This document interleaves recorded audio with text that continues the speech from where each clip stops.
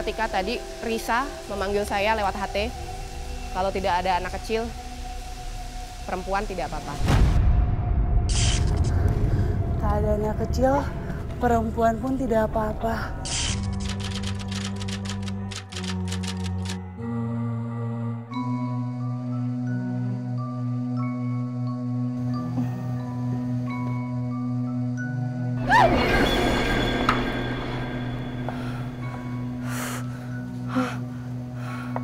Pada waktu naik ke lantai 2 itu, pas mau belok, persis banget. Jadi posisi saya ngeliat ke depan, pintunya di sini. Pas balik badan, itu pas banget depan muka saya. Saya ngeliat ada kepala. Jadi kan langsung pas belok ini, gimana sih kaget gitu kan, pas belok ini langsung wah gitu kan. Jadi benar-benar yang kaget, shock, karena ngeliat mukanya juga, mukanya abstrak gitu ya, gak jelas, kaget. Terus kemudian saya coba masuk ke ruangan yang di lantai 2 itu. Pada saat saya masuk, karena itu penampakannya cuma sebentar aja. Jadi pada saat saya balik badan gini, belok ke kanan, itu ada di depan saya. Pas saya masuk, itu hilang lagi kepalanya.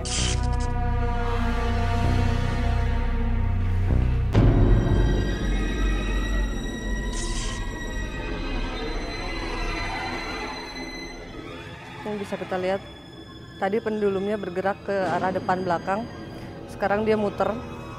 Ini buat ngetes kekuatan pusaran energi yang ada di sini, dan ini memang kental banget di sini.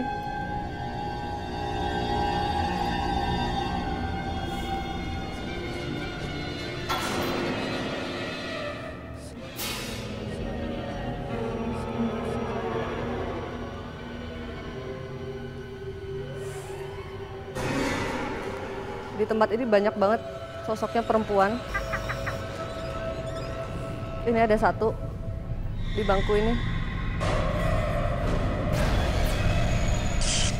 Di situ yang saya lihat kemudian ada sosok perempuan memakai baju merah.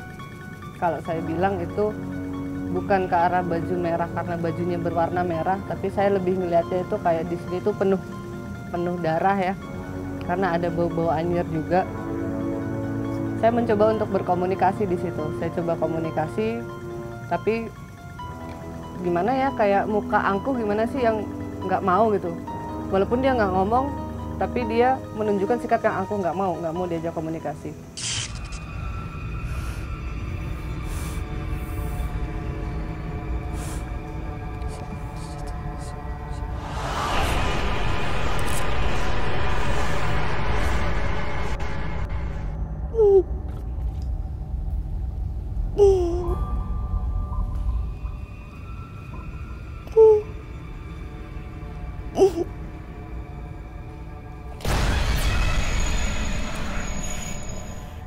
Saya coba untuk doa, dari batin saya komunikasi. Pada saat saya mulai ngobrol, menyampaikan maksud saya. Dari sini saya kerasa ada tangan gede banget. Saya posisi berdiri, ada tangan gede banget. Ini ditekan terus ke bawah. Jadi sampai bener-bener kayak gini. Jadi dari berdiri sampai nungging. Itu tangan gede banget di sini.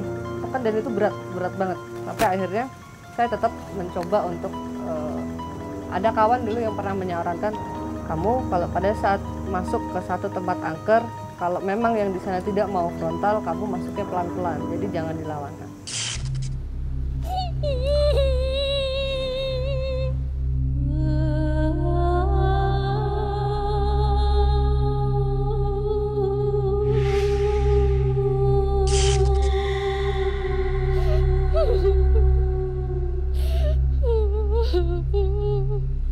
Dan nggak lama dari situ dia memberikan satu pengalaman yang luar biasa. Ada sesuatu yang masuk ke badan saya. Di situ saya langsung mendapat sebuah penglihatan seperti apa sih waktu dia masih hidup, dan kejadian apa sih yang dia alamin pada saat terakhir sesi-sesi hidupnya.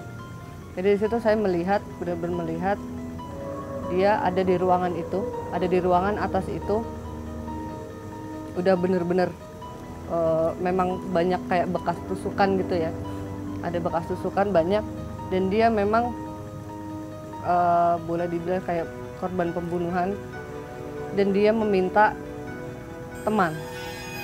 Di situ yang saya agak langsung merinding, pusing, rasanya nggak karu-karuan karena dia berusaha untuk narik. Dia bilang, ini saya di sini sendirian loh, saya lama di sini sendirian, nggak ada yang nemuin, dan saya mau ditemenin, saya minta temen.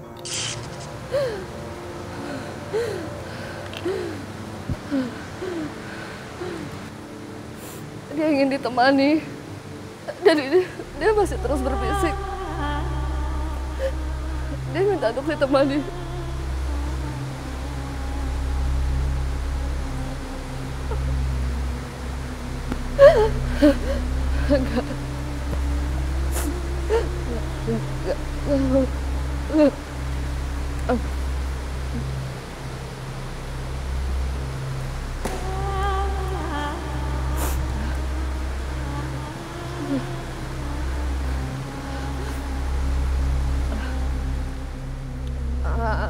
Aku cari lokasi lain aja.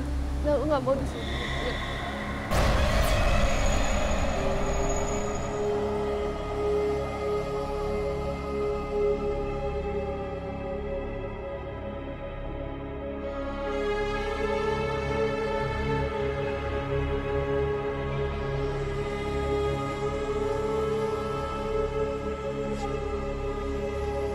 Di lubang itu ada kayak kepala tapi bukan kepala manusia, ada tanduknya.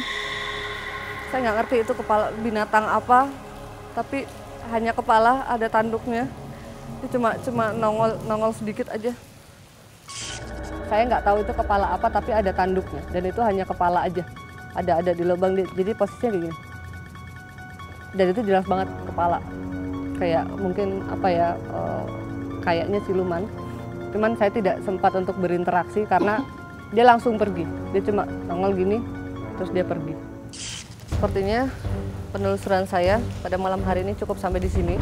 Sudah banyak sekali fenomena yang saya alami di tempat ini, dan juga banyak sekali penampakan yang saya lihat.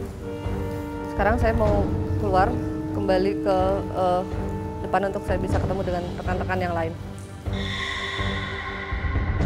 Penelusuran malam ini jadi pengalaman lain lagi, istimewa untuk saya karena mungkin saya terlalu lugu di dunianya mereka. Jadi begitu mereka berwujud perempuan, saya tertarik untuk cari tahu, apalagi sudah berwujud mendunia Belanda, terus anak-anak juga saya berempati gitu. Tapi ternyata ya saya dapat pengalaman bahwa bisa saja mereka menipu gitu dengan berwujud apa yang saya pengen. Dan saya ngalamin sekali di sini.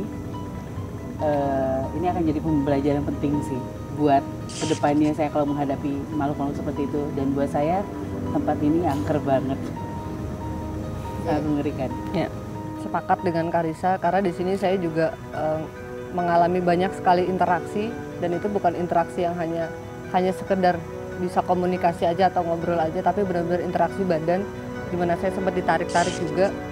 Saya diperlihatkan banyak kejadian di sini, saya diperlihatkan bahwa ini loh ada pusaka di sini, dan itu sesuatu yang tidak semua orang diberi izin untuk diperlihatkan itu. Sementara pada malam hari ini di tempat ini saya diberikan izin untuk melihat itu, bahwa itu ada, dan itu luar biasa.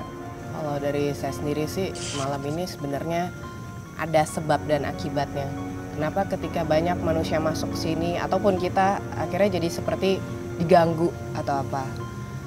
Jadi sebenarnya apapun yang pernah terjadi di tempat ini pada akhirnya seperti menjadi dendam.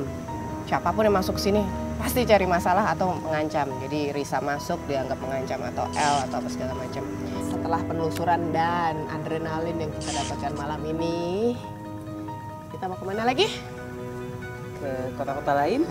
Padahal Bandung ini adalah tanah kelahiran saya, tapi ternyata saya mendapatkan banyak sekali hal yang belum pernah saya temukan sebelumnya. Jadi saya nggak sabar nih buat Pembelajaran beda berikutnya. tempat di kota lain beda pasti lagi seru. ceritanya ya, kita akan dapat banyak pengalaman lagi pastinya ya. Tapi emang benar sih, satu tempat kita pasti dapat hikmah yang bikin kita makin matang untuk ke tempat akar berikutnya. Yang berikutnya. Matang lagi tempat gitu. Jadi kita pergi ini sebenarnya nggak sekedar iseng sih, kita pasti akan menemukan satu rahasia, satu hal yang baik buat kita semua sih sebenarnya. Dan terutama pembelajaran. Iya. Pasti.